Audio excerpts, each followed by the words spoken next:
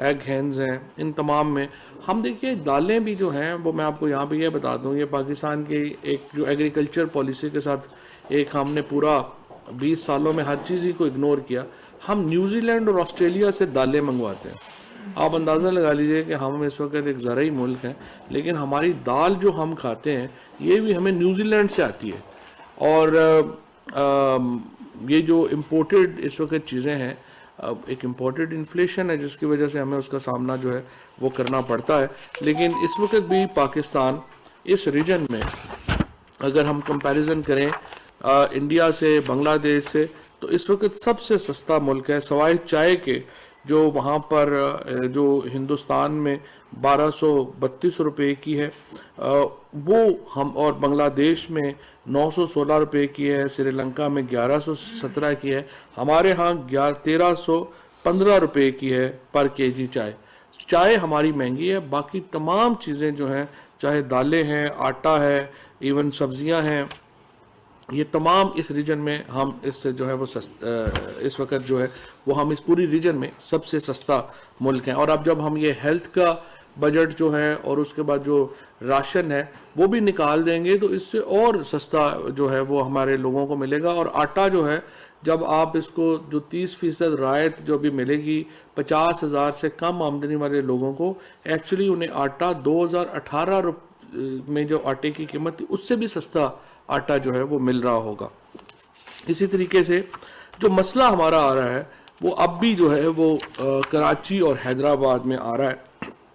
Unfortunately میں تو media کے نمائندوں سے یہ ریکویسٹ کروں گا کہ آپ پی بی ایس کے اوپر نہ جائیں، آپ خود اپنے لوگ وہاں پہ بھیجیں اور چیک کریں کہ کراچی میں اس وقت آٹے کی قیمت کیا چل رہی ہے اور اس وقت لاہور میں کیا چل رہی ہے. کراچی میں اس وقت 1347 روپے کا جو ہے وہ اس وقت آٹا جو ہے وہ چل رہا ہے. باقی پورے ملک میں جو ہے وہ 1100 کا ہے. کراچی میں اور کوئٹہ میں، ان دو میں جو ہے وہ 1400 روپے سے 1347 کا کراچی میں ہے، 1400 روپے کا کوئٹہ میں ہے. اور اس کی وجہ یہ ہے کہ کوئٹہ میں زیادہ تر یہ کراچی سے ہی چیزیں جاتی ہیں. سو اس کو ایک انہوں نے کچھ بہتری کی ہے سندھ حکومت نے، ہم نے جو شور مچایا، لیکن ابھی بھی وہاں پہ آپ دیکھیں کہ تقریباً 250 روپیہ آٹا جو ہے وہ باقی پورے ملک سے مہنگا ہے. اسی طریقے سے جو چینی ہے وہ بھی اس وقت کراچی میں تقریباً 96.3 یعنی تقریباً 97 روپے کی ہے، اور باقی تمام ملکوں میں یہ 90 روپے پہ آ گئی ہے، اور کچھ جگہوں کے اوپر تو 90 روپے سے بھی یہ کم جو ہے وہ ہو گئی ہے. اسی طریقے سے کوئٹہ میں ہمارا جو دال مونگ ہے اور چنے کا ہے یہ بھی باقی ملک سے جو ہے. الیکٹرانک ووٹنگ مشین پر تمام سیاسی جماعتوں کو مثبت کردار ادا کرنے کی ضرورت ہے. گوادر کے معاملات حل کر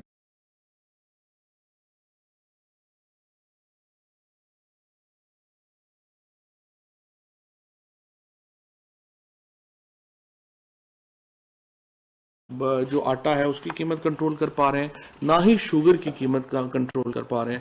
تو سندھ حکومت سے ہم ایک بار پھر یہ عرض کرتے ہیں کہ ناراض ہوئے بغیر مہربانی کریں تو جو کنٹرولز ہیں ان کو اپنے بہتر کریں. اور پھر جس طرح سے میں نے پہلے بھی عرض کیا تھا کہ جو ہمارا ایس پی آئی ہے اس میں 40% کراچی سے صرف جو ہے وہ امپیکٹ آتا ہے. اس کا جو کراچی میں چیزیں مہنگی ہوتی ہیں تو اس کی وجہ سے جو امپیکٹ ہے وہ کراچی میں آتا ہے. تھوڑا سا یہاں پہ میں کسانوں میں فرٹیلائزر کا بتا دوں.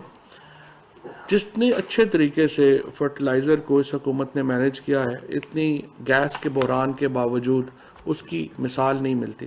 پہلے تو میں آپ کو بتاؤں کہ پچھلے سال جو 4 ہماری بمپر کراپس ہوئیں، اس کے 5 جو ہماری بمپر کراپس ہوئیں، اس کے نتیجے میں کسان کو 400 ارب روپیہ اضافی آمدنی جو ہے وہ ہوئی ہے.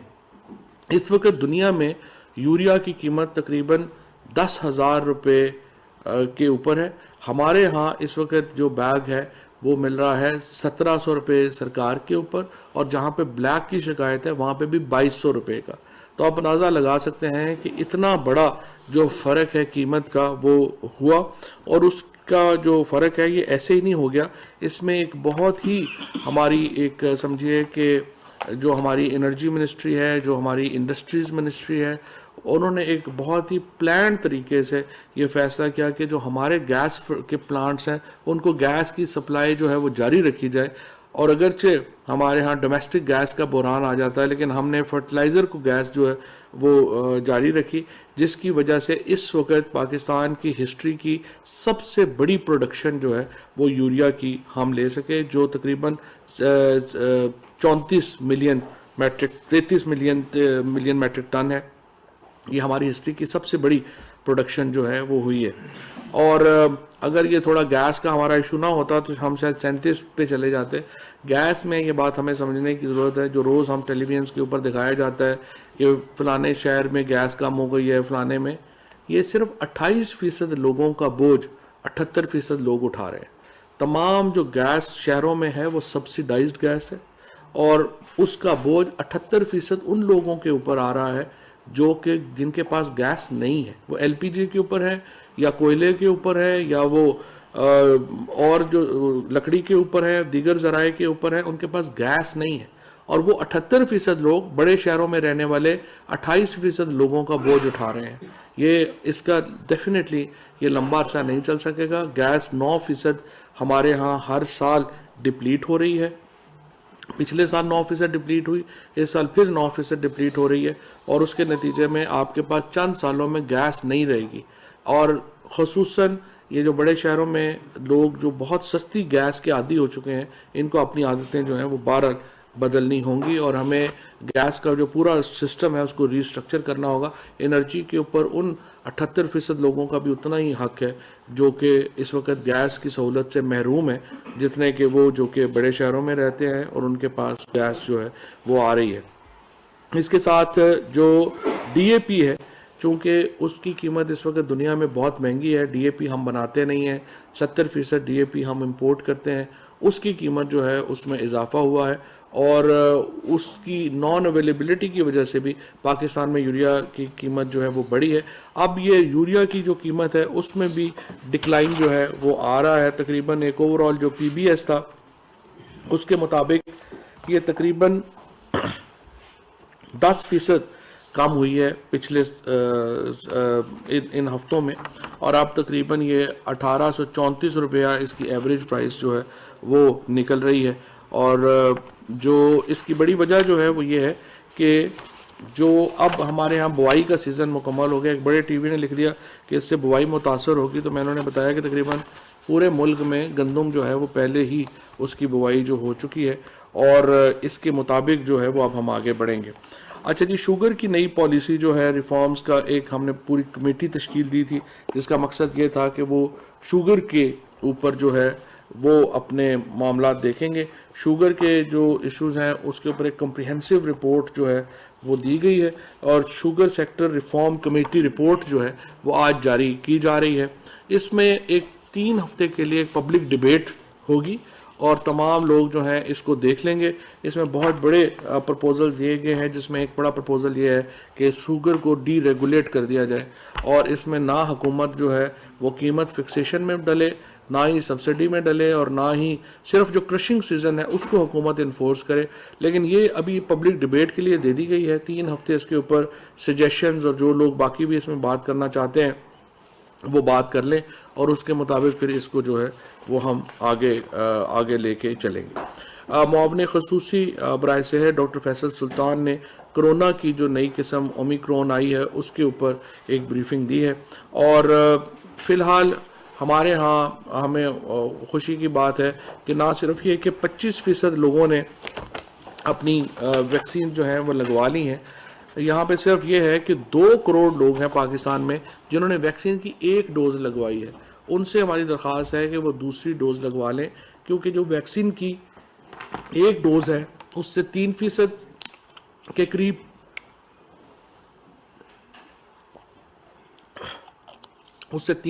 قریب جو ہے وہ بچت ہوتی ہے, لیکن جب آپ دوسری ڈوز لگواتے ہیں تو اس سے 17 گنا 3 گنا بچت ہوتی ہے, لیکن جب آپ دوسری ڈوز لگا دیتے ہیں تو 17 گنا جو ہے وہ اس سے بہتر ہو جاتا ہے معاملہ, اور اس سے قوت مدافعت جو ہے وہ بڑھتی ہے.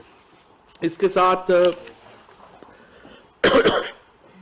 کابینہ نے پاکستان اور تاجکستان کے مابین دو طرفہ فضائی روٹ میں تبدیلی کی منظوری دی ہے، اور کازک ایئر کمپنی SCAT کو پاکستان میں کام کرنے کی اجازت دی ہے۔ بیسیکلی قازقستان اور سینٹرل ایشیا میں ہم چاہتے ہیں کہ ایک فضائی سفر شروع ہو تاکہ ہمارے آج کل ان کے تعلقات جو ہیں اس سے مزید اس میں فائدہ ہو۔ پاکستان اور عراق کے مابین فضائی سفر معاہدے میں ترمیم کی اجازت دی گئی ہے۔ پاکستانی کابینہ نے پاکستانی 10، 50، 100 اور 1000 روپے کے پرانے کرنسی نوٹس جو تھے ان کو اسٹیٹ بینک چاہ رہا تھا 6 سال کی ایکسٹینشن کی جائے، کابینہ نے 1 سال کی ایکسٹینشن کی ہے۔ جن لوگوں نے چینج کرانے ہیں وہ 1 سال میں چینج کرا لیں۔ 10، 5، 50 اور 100۔ افغانستان کے لیے ہم نے ویزا پالیسی جو ہے اس میں نرمی دی ہے۔ 15 دن کے اندر اگر ویزے کے حصول کے لیے جو ہے وہ 30 دن سے مدت کم کر کے 15 دن کر دی گئی ہے۔ اسی طریقے سے جو افغان عوام کی فلاح بہبود اور امداد کے لیے بین الاقوامی NGOs ہیں ان کے طریقہ کار کو آسان کیا گیا تاکہ وہ افغانستان جا سکے۔ اسی طریقے سے جو افغان شہری دوسرے ممالک میں جانا چاہتے ہیں ان کی ویزا جو ہے وہ 60 دن کے لیے ٹرانزٹ ویزا ان کو اویلیبل ہوگا تاکہ وہ زمینی اور فضائی راستوں سے اس کو استعمال کر سکے۔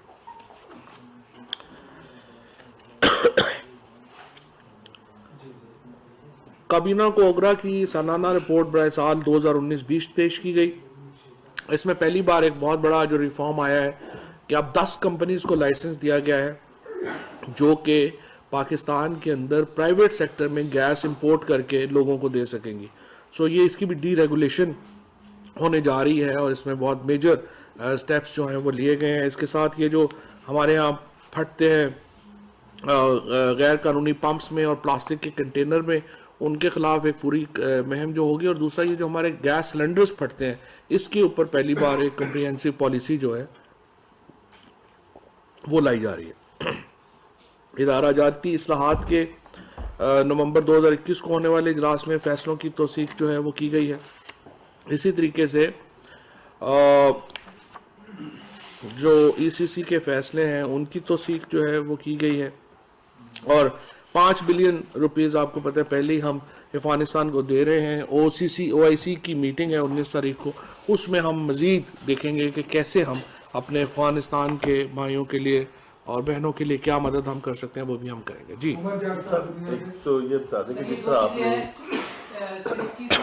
کہ کل مشیر پارلیمنٹ محمود نے میڈیا سے بات کرتے ہوئے کہا تھا کہ آج کیبنٹ میں سینٹ کے الیکشن میں ہارس ٹریڈنگ روکنے کے لیے قانون سازی حکومت کر رہی ہے الیکشن کمیشن کے ساتھ مشاورت کے بعد، تو وہ کیبنٹ میں اس کے اوپر بریفنگ دی جائے گی اور پھر فردر ڈیسیژن کیا جائے گا۔ ایک تو بتا دیں سر کیا وہ بریفنگ دی گئی؟ دوسرا سر آج صبح سے خبریں چل رہی ہیں کہ منی بجٹ کے حوالے سے بھی کابینہ میں بریف کیا گیا، تو منی بجٹ کے حوالے سے سر حکومت کا کیا ہے؟ نہیں، ابھی کوئی ایسا دونوں کے اوپر جو ہے وہ آج کابینہ میں کوئی اس قسم کی بات نہیں ہے۔